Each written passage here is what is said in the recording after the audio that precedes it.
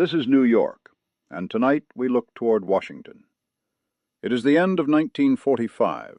The war is over, the boys are coming home, and America stands at the threshold of a new and uncertain world. At the Organization of American States, two remarkable women cross paths at a holiday gala, Dr. Margaret Mead and Secretary of Labor Frances Perkins, the mother of the New Deal. What follows is a conversation between an anthropologist who studies humanity and a stateswoman who has spent her life trying to save it. Miss Perkins, it is a relief to find you. I just escaped a man from the State Department who wanted me to explain the origins of warfare on a cocktail napkin. That sounds familiar, Margaret. I once had to explain the need for fire escapes with a cigar box and 3 forks.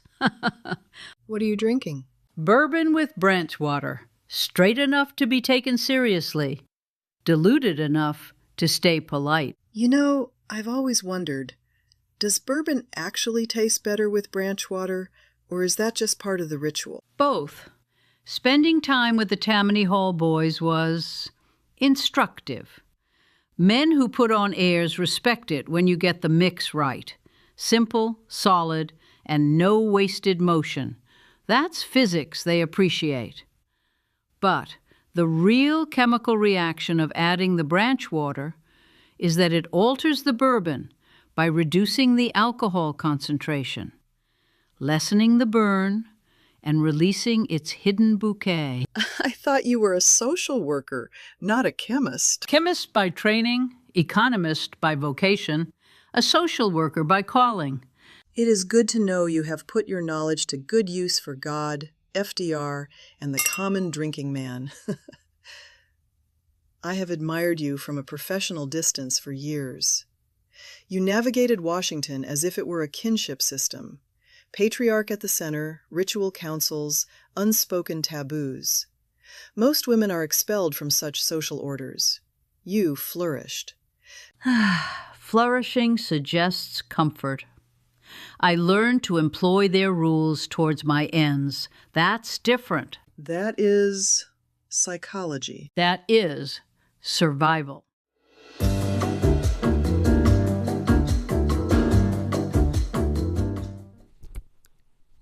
Frances Perkins secured labor reform by weaponizing political psychology, treating the halls of power as an anthropological study.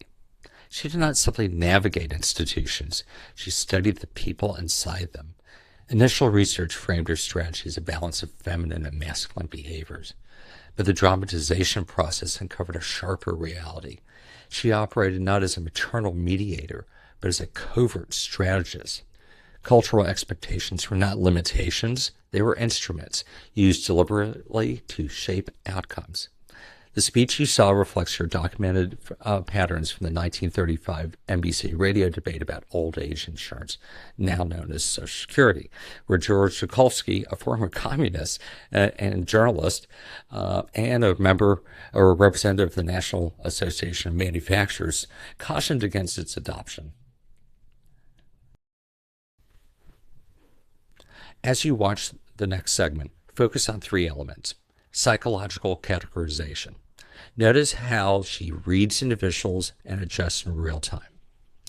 Weaponized cultural symbols.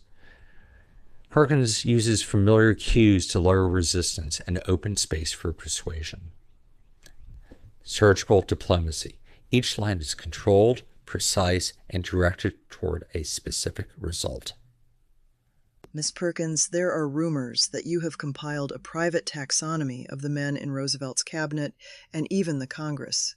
Notes and observations on their habits, kept with the precision of a field journal. You mean my notes on the male mind? So, they are real? The notes became a set of practical guidelines I developed, ways to navigate and manage the personalities and routines I encountered. Once I realized that the Congress, as well as many in the administration, were incapable of evolving beyond their long-standing habits. What do the notes say? One line reads, Never contradict a man publicly if you want him privately useful. That's a bit ruthless, perhaps, but efficient. In anthropology, we call it participant observation, though rarely with stakes so immediate. Navigating these personalities seems as much a matter of survival as study. Though, I wonder, is mercy ever part of your method, Francis? That is merciful. Public humiliation produces enemies. Quiet redirection produces votes. And did you ever test your hypothesis? Daily, let me see if I can still do Senator Cotton Ed's voice. Madam Secretary, the American worker does not want federal interference. So I answered, Senator, the American worker wants insurance. So do the railroads. So does your bank. You reframed his own cultural symbols, detaching them from his prejudices to support your own arguments. I merely reminded him of the obligations of his own faith. We try to find a common ground on which we can meet. They spoke of markets. I spoke of stability. They spoke of freedom.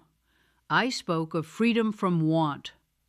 If a man cannot hear the logic of Marx, he may yet hear the call of St. Matthew to feed the hungry. That is not maternal. That's surgical. I see someone I ought not avoid, even at a party. I hope this is not goodbye. Only a pause. A bientôt. The work continues, even when we pretend it does not.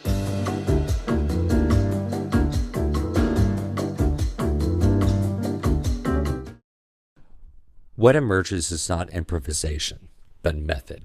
The chemistry of compromise becomes visible. Perkins applies something close to scientific thinking to political negotiation. Each exchange functions like a test, where tone, timing, and language are carefully adjusted. A taxonomy of behavior takes shape. Rather than relying on an instinct, she observes patterns, identifies pressure points, and responds with precision.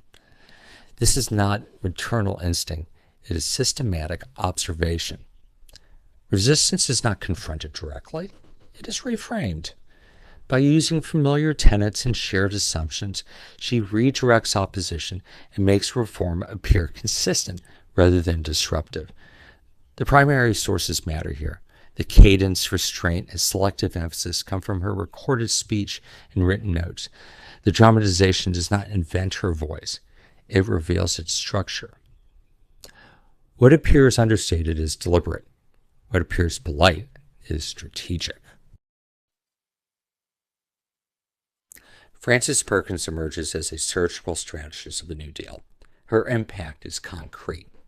She helped advance workplace safety standards, restrict child labor, make the 40-hour work week, and build Social Security and federal unemployment insurance. These outcomes were not achieved despite constraint, but through the disciplined use of it.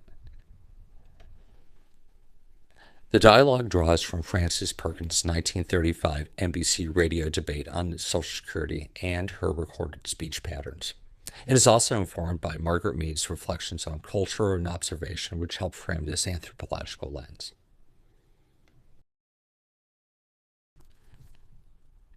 Thank you for dedicating your time to participate in today's presentation. I hope the content was not only informative, but also engaging, and that it provided valuable insights into the subject matter.